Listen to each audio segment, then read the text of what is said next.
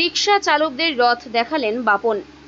রথের দিন শিলিগুড়ি ও উল্টো রথে কলকাতায় 10 জন হাতে টানা রিক্সাওয়ালাকে কলকাতা শহর ঘোরালেন পুলিশ কর্মী বাপন দাস।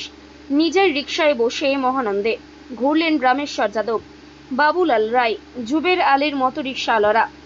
গত 9 বছর ধরে এইভাবে সমাজের পিছিয়ে পড়া মানুষগুলোর সাথে রথযাত্রার আনন্দ ভাগ করে নেন ওই পুলিশ কর্মী। लगा बहुत अच्छा लगा। हर साल एक पुलिस ज़्यादा आता है, हर साल हम लोग को बैठा के घुराता है। क्या क्या देता है? मिठाई देता है, गमछा देता है, क्या बहुत आनंद लगता है। क्या नाम है आपका? राम प्रसाद, घर कहाँ है? देश का घर? बिहार में। यहाँ पर कितना साल से है? यहाँ हमारा बचपन से तो एक टाना रिक्शा टानता है। हाँ, टाना रिक्शा टाना। আজকে উল্টো রথ মহাপ্রভু জগন্নাথ দেবের উল্টো রথ যাত্রা।